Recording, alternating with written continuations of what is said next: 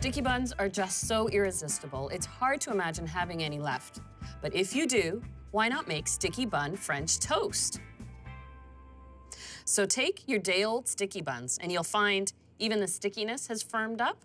And what you need to do is create 2 flat sides. That way, when you dip it in that textbook French toast egg mixture, it'll fry evenly and, of course, not scorch because of the sugar. Then, to make room for the filling, I just take my bread knife and cut halfway through, not all the way through. And I'm keeping the filling pretty simple. It's about 3 tablespoons of cream cheese, softened up, just a teaspoon or 2 of maple syrup, and just a pinch of cinnamon. So this style of French toast is almost like a reverse sticky bun. The goo is in the middle, not on the outside. I'll just use my spatula and spread a bit of this cream cheese filling on both sides of where you've cut open the French toast. That's what holds the chocolate chips in place.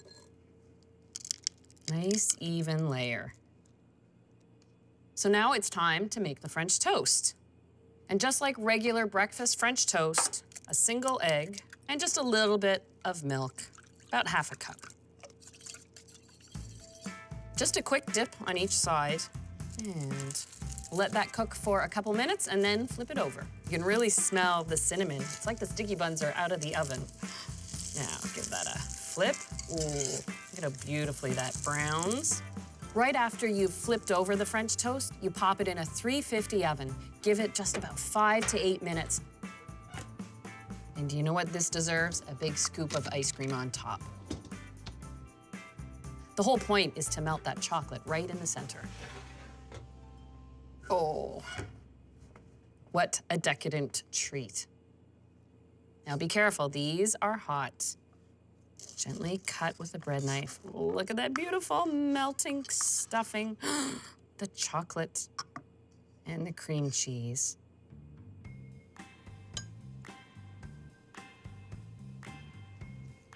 Just a simple scoop of vanilla ice cream combined with that chocolate.